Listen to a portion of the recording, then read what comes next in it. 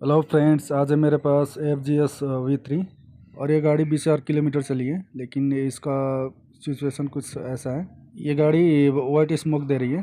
तो चलिए इसका आप इंजन पहले खोलते हैं और देखते हैं इसमें प्रॉब्लम क्या है। तो ऊपर का ये 12 का बोल्ट्स और इधर साइड का 8 का बोल्ट्स और इधर नीचे मैग्नेट मैग्नेट कवर सबको बाहर निकालते हैं और हेड भी बाहर निकालेंगे।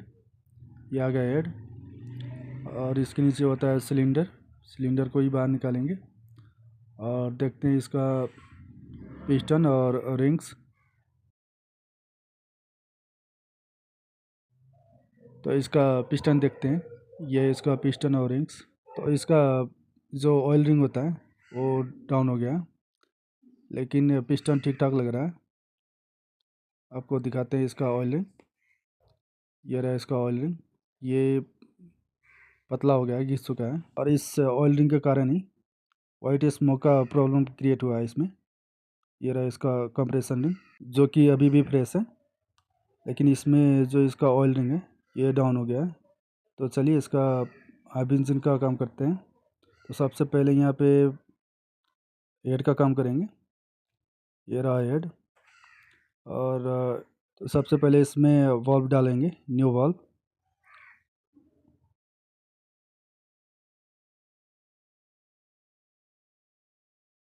तो हेड में सबसे पहले ऐसा फ्लैट वाशर डालेंगे। यहाँ पे दो फ्लैट वाशर होता है। तो सबसे पहले फ्लैट वाशर को यहाँ पे डालेंगे यहाँ पे।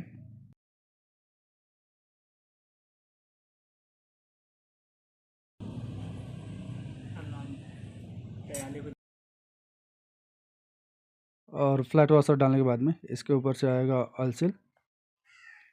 ऐसा होता है ऑयल सील जो कि वॉल्व के पीछे होता है।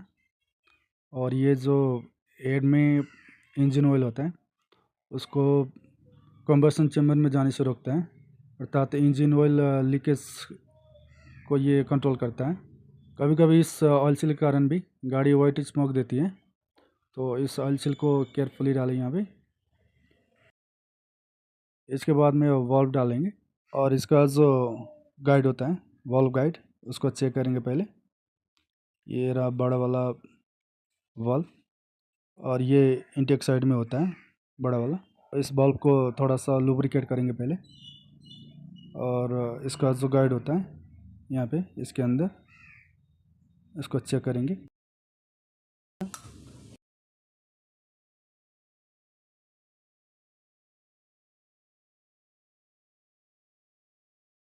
ऐसा तो इसका बल्ब गाइड ठीक है। ऐसे चेक करने के बाद में बल्ब के पीछे आएगा एक स्प्रिंग। किसी में सिंगल स्प्रिंग होता है, किसी में डबल होता है। इसमें सिंगल ही है। तो इस स्प्रिंग को यहाँ पे रखेंगे और इसके ऊपर से आएगा दूसरा फ्लैट वाशर और दो ऐसा लॉक होता है।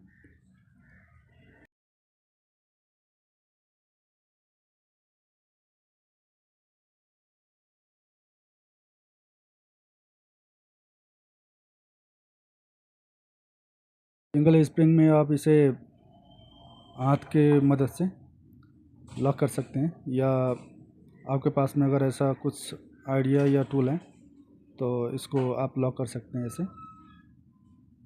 ये लॉक हो गया है, थोड़ा सा ऊपर है तो इसको फिर से पुश करेंगे और ये लॉक्ड हो जाएगा। यहाँ पे ये लॉक्ड हो गया है। हेड का काम करते वक्त आपका जो हाथ है और ये जो हेड है और वाल्व तीनों एकदम से क्लीन होना चाहिए। अगर इसमें थोड़ा सा भी धूल मिट्टी या गंदगी कुछ रह गया तो वाल्व लीकेज का चांस रहता है। तो दोनों वाल्व यहाँ पर लॉक्ड हो गए हैं और इसके ऊपर से ऐसा एक कंपोनेंट होता है FGS में, ये यहाँ पे बैठेगा लॉक के ऊपर ताकि लॉक बाहर ना आए और टैपेट का जो नॉइज होता है वो भी कम हो। तो ये यहाँ पे बैठेगा।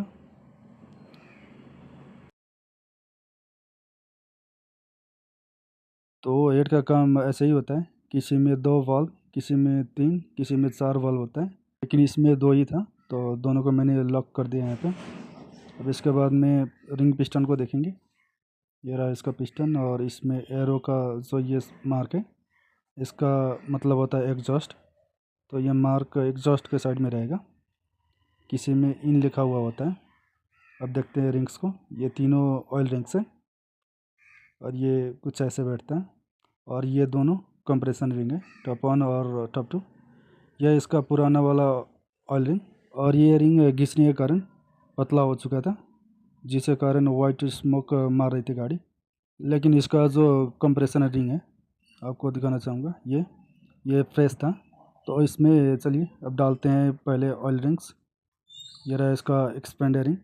पहले ये रिंग बैठता है, तो सबसे पहले मार्क कर लेते हैं। इसमें इन का मार्क नहीं था, तो मैंने यहाँ पे इन लिख दिया है। इधर साइड में एरो का मार्क है, एग्जॉस्ट के साइड में। तो सबसे पहले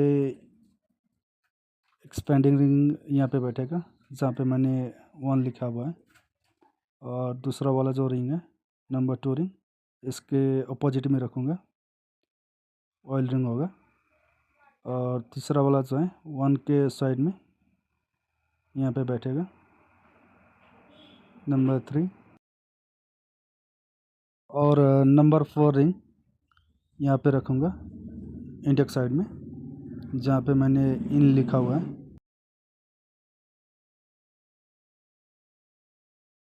और 5वां जो रिंग है, उसको 4 के अपोजिट में रखूँगा, एग्जॉस्ट के साइड में, यहाँ पे नंबर 5।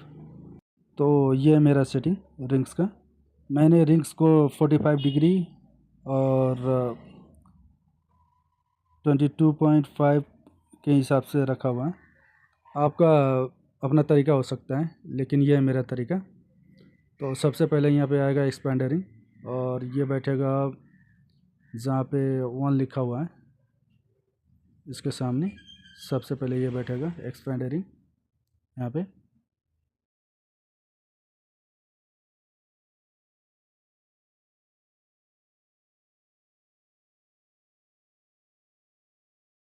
इसके बाद में आएगा ऑयल रिंग नंबर 2, जो कि 1 के अपोजिट में होगा। तो इसे चेक करके ऐसे एक्सपेंडर रिंग के नीचे डाल सकते हैं इसको।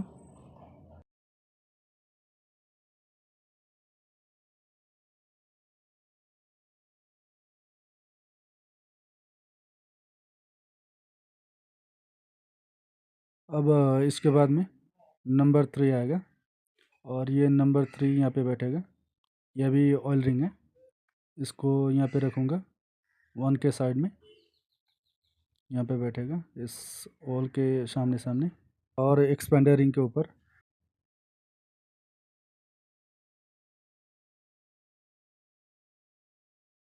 इसके बाद में आएगा कंप्रेशन रिंग, टॉप 1 और टॉप 2। तो ये है टॉप 2, जो कि ब्लैक कलर में होता है, और ये है टॉप 1, जो कि वाइट कलर में होता है। तो सबसे पहले आएगा ये टॉप 2, ये टॉप 1 के नीचे होता है। और टॉप 2 को मैं यहाँ पे रखूँगा इंडेक्स साइड में।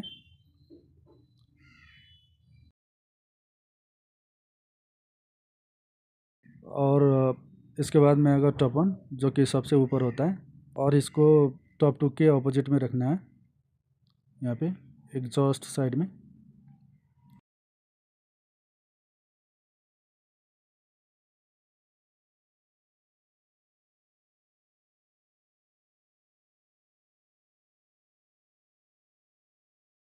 तो ऐसा है मेरा रिंग्स का सेटिंग। आप कमेंट कर सकते हैं गलत है या सही है, आपका अपना तरीका भी हो सकता है। तो रिंग्स के बाद में यहाँ पे एक साइड में लॉक को यहाँ पे रखूँगा, ताकि बाद में इजी हो काम करने में। और इसके ऑपोजिट में रखूँगा इसका गर्जन पिन, ऐसा होता है इसका गर्जन पिन।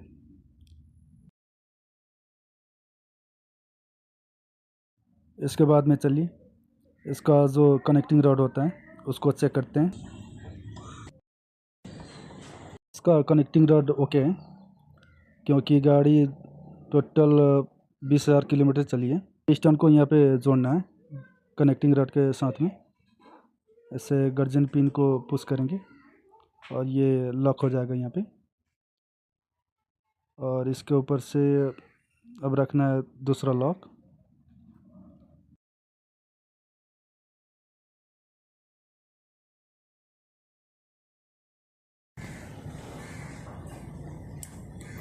तो दोनों साइड का लॉक ऐसे डालने के बाद में सिलेंडर डाल सकते हैं आप। तो इसके ऊपर से आएगा अब सिलेंडर।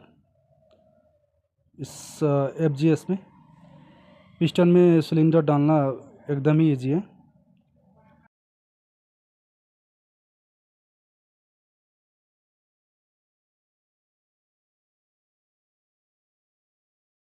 सिलेंडर डालते वक्त पिस्टन को ध्यान में रखें, इसका जो एरो का मार्क होता है वो एग्जॉस्ट के तरफ होना चाहिए।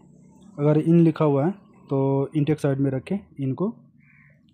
अब इसके बाद में इसके ऊपर से आएगा कैम चेन, और चेन डालने के बाद में इसका ये ऐसा ब्लैक कलर का गैस्केट होता है उसको रखें। और इसमें थोड़ा सा रेज बॉन्ड यूज़ कर सकते हैं, लेकिन रेजी बॉन्ड का जो लेयर होगा एकदम ही पतला होना चाहिए, नहीं तो इंजन ऑयल ब्लॉक हो सकता है। तो सिलेंडर के ऊपर से सिलेंडर हेड आएगा, यह सिलेंडर हेड। और सिलेंडर हेड के ऊपर ऐसा एक 2GS प्लेट होता है, इसको रखेंगे यहाँ पे। इसमें एक मार्क भी होता है, उसको अभी देखेंगे। तो चारों बोल्ट्स मैंने डाल दिया है। और नीचे ऐसा एक वॉशर होता है मैग्नेट डालने से पहले, और लॉक। और इसके बाद में डालेंगे मैग्नेट और एक वॉशर और इसका 19 का नट। तो यहाँ पे होता है T का मार्क इस मैग्नेट में, इसको अभी देखेंगे। मैग्नेट कवर डालने के बाद में ये रहा मैग्नेट कवर, इसको डालते हैं और बाहर से देखेंगे इसका जो T का मार्क होता है वो मैग्नेट का T का जो मार्क होता है, इस कवर के अंदर में जो ये एरो सा मार्क होता है, ये दोनों सामने सामने होना चाहिए। ये अगर दोनों सामने सामने हैं तो पिस्टन टॉप पे होता है, और पिस्टन टॉप पे है कि नहीं इधर से भी चेक कर सकते हैं आप, ऐसे स्क्रू ड्राइवर के मदद से। पिस्टन अगर टॉप पे है तो आप किम सॉफ्ट स्प्रॉकेट डाल सकते हैं। यहाँ पे दोनों का जो मार्क होता है ऐसा लाइन, यहाँ पे 2GS प्लेट में भी एक लाइन होता है और इस स्प्रॉकेट में भी होता है। ये दोनों लाइंस सामने सामने होना चाहिए। तो स्प्रॉकेट डालते वक्त मार्क को ध्यान में रखें, इस लाइन को, दोनों लाइंस को सीधा रखते हुए इस स्प्रॉकेट को डालें। तो यहाँ पे 3 होल्स होता है, 2 यहाँ पे लॉक होता है और एक होता है इस डिकम्प्रेसर रॉड के लिए।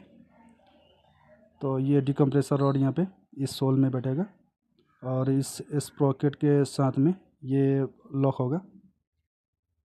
तो यहाँ पे लॉक हो गया। लॉक करने के बाद में इसे मूव करके देखें, यह मूव होना चाहिए। तो अब देखते हैं इसका दोनों का मार्क, ये दोनों लाइंस एकदम ही स्ट्रेट है और स्ट्रेट होना चाहिए, तब जाके इसका टाइमिंग सही होता है। इधर सही है और इधर भी देख लेते हैं, इधर भी T का मार्क और ये एरो दोनों स्ट्रेट है। टाइमिंग अगर गलत होगा तो बॉल बेंट होने का चांस रहता है। तो यहाँ पे अब आएगा ऐसा 2 एलाइन की बॉल्स, इसको डालने के बाद में टैपेट को देखेंगे, टैपेट क्लियरेंस। और टैपेट क्लियरेंस के लिए हमें चाहिए फीलर गेज। तो फीलर गेज के हेल्प से आप इसका जो टैपेट का क्लियरेंस होता है सेट कर सकते हैं। तो टैपेट मैंने सेट कर लिया है, इसमें साइड प्ले है, नीचे ऊपर का जो प्ले होता है वो नहीं है। तो चलिए अब गाड़ी को स्टार्ट करते हैं।